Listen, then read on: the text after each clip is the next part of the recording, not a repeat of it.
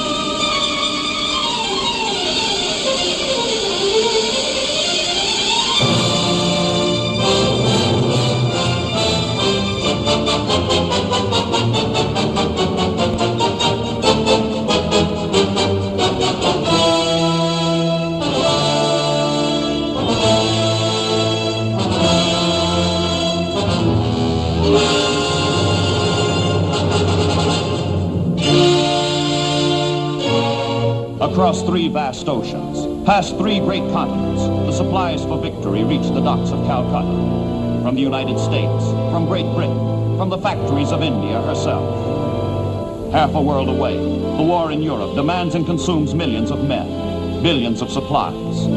Half a world away, the war in the Pacific demands and consumes more millions of men, more billions of supplies. Calcutta gets only what can be spared from democracy's ever-emptying arsenals.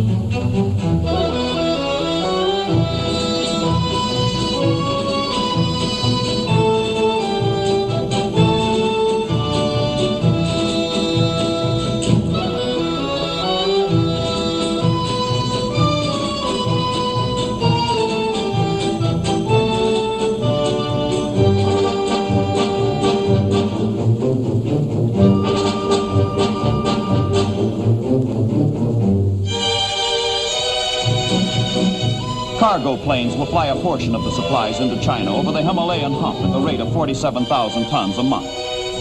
Even so, the overwhelming mass of materiel must reach China overland, or China will perish. The problem of getting the supplies through becomes the toughest of the war, of any war in history. The first link is a ramshackle railroad that hauls the supplies north from Calcutta.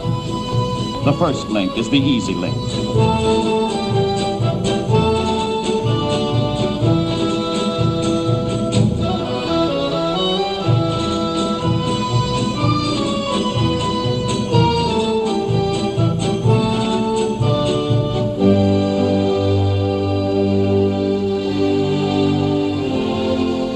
Southeast Asia overrun by the Japanese, with the Burma Road cut, Allied supplies pour from Calcutta to Lido, on the border of India. From Lido, the Allies must now hack a road out of the central Burmese jungle, fighting the enemy and nature all the way, to join up with the old Burma Road. Troops, supplies, equipment assembled to drive the Japanese from Burma, to build the road, and to lay a pipeline along the route to carry desperately needed oil and gasoline to China. But before engineers can build, armies must fight. And before armies can fight, man must wait on weather. The monsoon that storms in from the Indian Ocean at every change of season, lashing jungle and mountain with warm, paralyzing torrents of rain.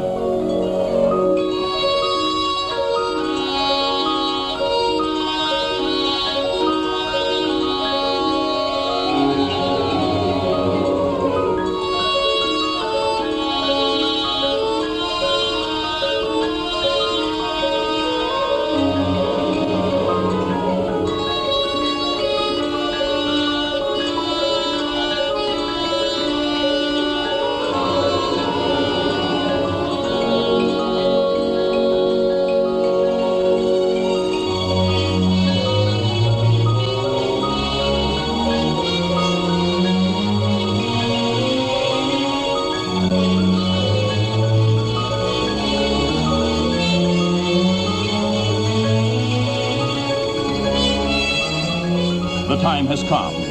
A truly cosmopolitan army stands ready for the bitter ordeal ahead in Burma. Scotsmen, Irishmen, Welshmen, Americans, Australians, New Zealanders, Indians, Gurkhas, Burmese, Africans, Chinese, British. The campaign begins late in 1943. Into the jungle file the Allied troops.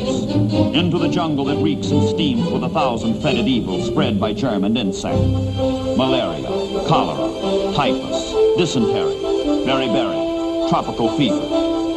It will be a war of hunting and stalking, of ambush and infiltration, of sudden alarm by day, of strange terrors by night.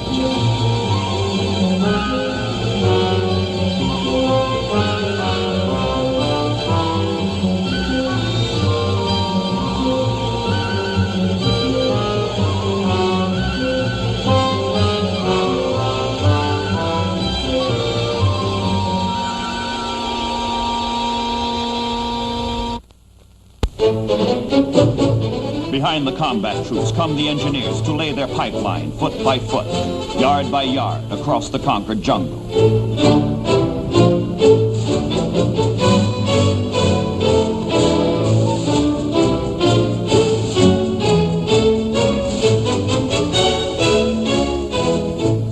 And foot by foot, yard by yard, the road begins to creep across the conquered jungle.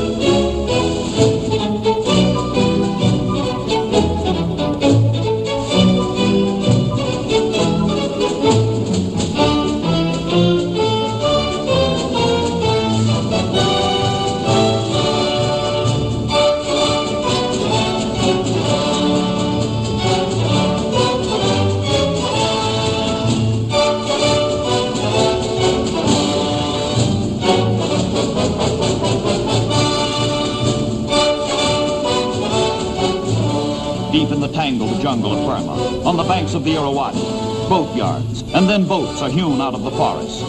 Amphibious craft for the next assault, the next landing. The interior of Burma is slashed and crisscrossed by wide, tumultuous rivers almost impassable to man, but not to the men who have determined to conquer nature while conquering the Japanese.